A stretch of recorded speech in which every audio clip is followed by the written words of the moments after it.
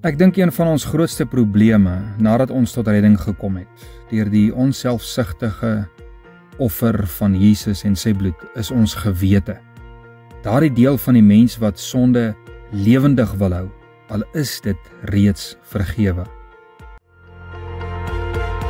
Jy luister na Kort en Kragtig en ek is Fanie Meiburg. Kom ons word kragtig deur die woord. Die week het alweer aangestap. Ons is in die middel van die week, dit is Woensdagmôre. Ons praat hierdie week oor die bloed van Jesus en spesifiek vandag oor 'n skoon gewete. En ek wil vir jou lees Hebreërs 9 vers 14 en Hebreërs 10 vers 1 tot 4 wat sê, Hebreërs 9:14 die B-gedeelte, hoeveel te meer sal die bloed van Christus wat homself deur die ewige Gees aan God sonder smet geoffer het, julle gewete reinig van dooie werke om die lewende God te dien.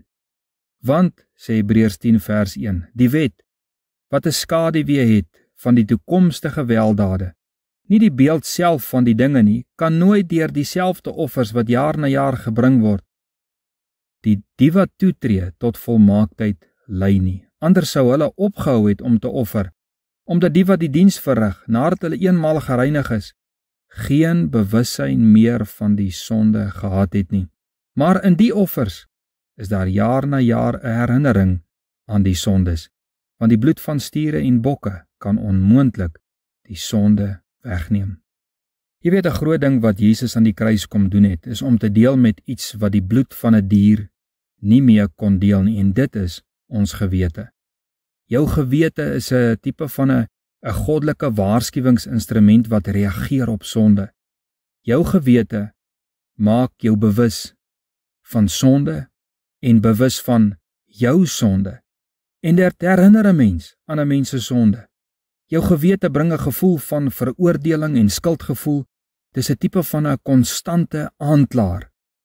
En jou gewete kan net deur die bloed van Jesus gereset word, as ek dit so kan noem. So Jesus het 'n groot ding gedoen vir die mens se gewete spesifiek. En 'n mens vra maar, hoekom is 'n skoon gewete so belangrik? Nommer 1, dit gee ons vrymoedigheid voor God. En ek lees dit in Hebreërs 10 vers 22, waar die skrywer sê, hy sê, laat ons toetree met 'n waaragtige hart in volle geloofsversekerheid, die harte deur besprenkeling gereinig van 'n slegte gewete en die liggaam gewas met rein water. Die gewete is gereinig, want, is my vraag, hoe bid 'n mens as jy altyd skuldgevoel het?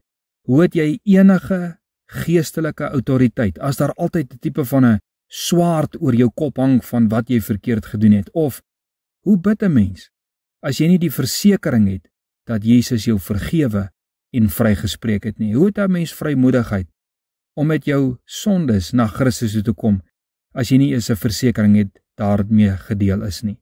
Tweedens, 'n skoon gewete is 'n betroubare bron tot jou geestelike groei. Jou rein gewete is jou kameraad wat altyd met jou is om jou te waarsku en te herinner aan wat sonde is en wat sonde kan doen. En omdat die Heilige Gees deur jou gewete werk, gaan jou skoon gewete jou help in jou wandel met die Here in 'n sondige wêreld. En dan sluit ons vers natuurlik af met die doel van 'n skoon gewete. En dit is om die lewende God te dien. Jesus se bloed, soos ons maandag ook gesien het, help ons om nie net die Here te dien met werke nie, maar hom ook te kan dien in lof en in aanbidding en in eerbetoning, in 'n hart wat vrygespreek is, in 'n gewete wat skoon is. Kind van die Here, Jesus het jou van jou sonde vergewe en jou gewete skoon gemaak. Moenie terugval in die veroordeling van jou gewete nie. Jy is vry, weet dit, aanvaar dit en leef dit.